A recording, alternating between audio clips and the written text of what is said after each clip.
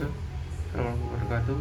Di sini saya akan membahas tentang proses pembentukan kelompok sosial. Di kelompok sosial, proses-prosesnya bisa terbentuk. Yang tadi sudah dijelaskan bagaimana faktor bentuknya kelompok sosial. Juga ada dasar terbentuknya kelompok sosial.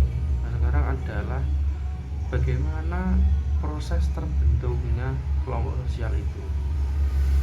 Nah, pada dasarnya pembentukan kelompok sosial dapat diawali dengan adanya di sini dijelaskan persepsi, perasaan atau motivasi dan tujuan yang sama dalam memenuhi kebutuhannya. Dalam proses selanjutnya disebutkan pada hal-hal berikut.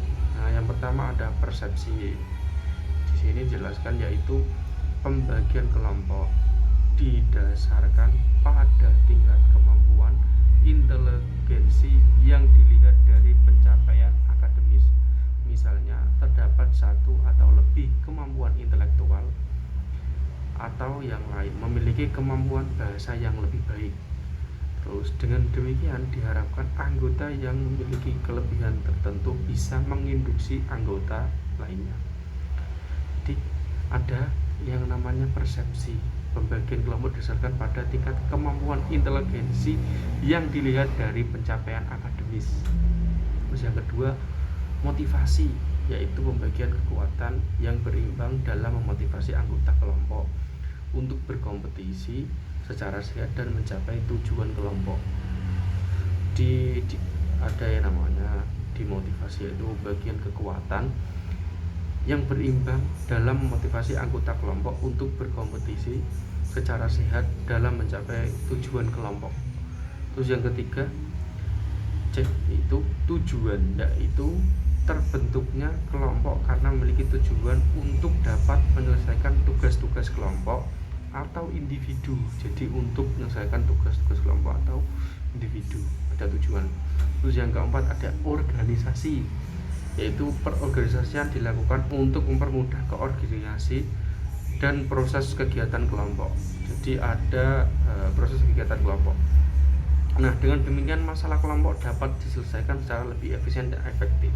Itu ketika ada organisasi. Terus yang keempat, independensiasi atau kebebasan merupakan hal penting dalam dinamika kelompok.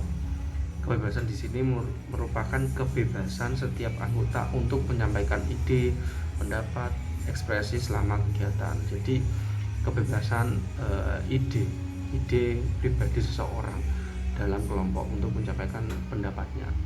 Terus yang ke-6, interaksi merupakan syarat utama dalam dinamika kelompok karena dengan interaksi proses transfer ilmu dapat berjalan secara horizontal yang didasarkan pada kebutuhan akan informasi tentang pengetahuan tersebut. Jadi ada pengetahuan dari interaksi. Jadi tadi proses terbentuknya kelompok sosial itu ada 6. Yang pertama tadi ada yang namanya persepsi, yaitu pembagian kelompok didasarkan pada tingkat kemampuan inteligensi dilihat dari pencapaian akademis. Jadi dari pencapaian akademisnya atau pendidikannya. Misalnya terdapat atau lebih kemampuan intelektual atau yang lain memiliki kemampuan bahasa yang lebih baik, ada yang memiliki bahasa lebih baik. Nah, terus yang kedua ada yang namanya motivasi atau dorongan, yaitu pembagian kekuatan yang berimbang dalam memotivasi anggota kelompoknya. Nah, perbedaan kelompok di sini yang ada pada setiap kelompok juga akan menuju kompetisi internal secara sehat. Jadi saling berlomba-lomba, wah saya yang paling bisa di sini ya, seperti itu. Jadi ada motivasi dari diri individu di setiap kelompok. Terus yang ketiga ada yang tujuan, jadi ada tujuan yang dicapai dari tugas-tugas individu maupun kelompok tadi. Terus yang keempat itu ada organisasi. Jadi ada organisasi yang terbentuk di kelompok sosial tersebut itu. Terus yang kelima tadi ada independensi atau pemikiran-pemikiran dari individu-individu.